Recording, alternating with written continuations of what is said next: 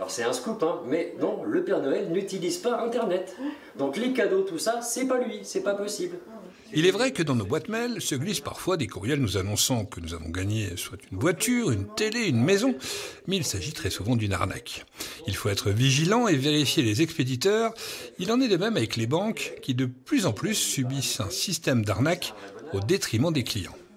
Le conseiller qui vous demande des informations qu'il est censé détenir lui-même, votre numéro de votre code, votre mot de passe, on ne donne jamais aucun code, aucun mot de passe à personne, y compris même si on a l'impression que c'est la banque qui vous appelle.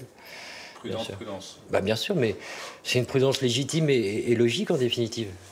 Il faut simplement ne pas se faire déstabiliser psychologiquement parce qu'on va vous annoncer un truc un peu inquiétant. Les emails frauduleux, ce n'est qu'une toute petite partie de ce que l'on appelle le numérique.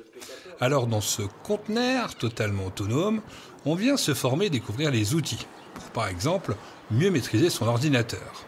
Daniel et Nicole profitent des conseils de Jean-Christophe. Ce matin, j'ai appris pour supprimer les domaines, les données de navigation en appuyant sur les 3 petits points. J'ai quelques connaissances, quoi. Que mon mari, pas du tout, faisait un blocage du téléphone, d'Internet et comptait beaucoup sur moi pour toutes les démarches.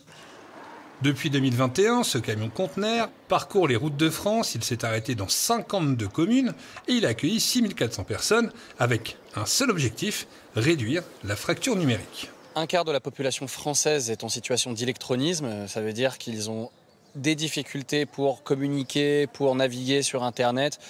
Et aujourd'hui, même les services administratifs nécessitent de passer en ligne. Donc, malheureusement, c'est beaucoup d'obstacles. Et on est là pour, petit à petit, apprendre aux personnes à surmonter ces obstacles petit à petit. Le Digitruck est à Vesoul jusqu'à ce samedi, puis ensuite il prendra la direction du pays de Montbéliard pour s'arrêter à Badevel où la structure se posera pour 2 semaines.